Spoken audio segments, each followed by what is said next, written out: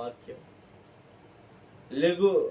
లెగిసి ప్రార్థన చేయి, మొరపెట్టు, సిద్ధపాటు కలిగి ఉండు. ఆయన ఎప్పుడు వస్తాడో తెలియదు. సిద్ధపాటు అనేది నీలో ఉన్నదా?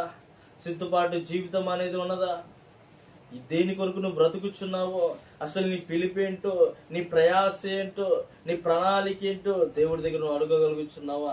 సిద్ధపాటు అనేది ఉండాలి. తీర్మానం అనేది మొదటగా ఉండాలి.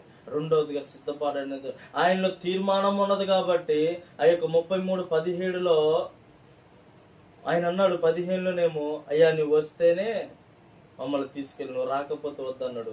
17వ వచనంలో మనం చూసుకున్నట్లయితే 33:17లో, కాగా యెహోవా నీవు చెప్పిన మాట చొప్పున చేసేదను, నీ మీద నాకు కటాక్షము కలిగినది, నీ పేరును బట్టి నిన్ను ఎరుగుదును మోషేతో చెప్పగా అంట. చూడండి, ఒక వ్యక్తి ద్వారా అతను కూడా, ప్రభు అయిన దేవుడు కూడా ఏం చేశాడంట,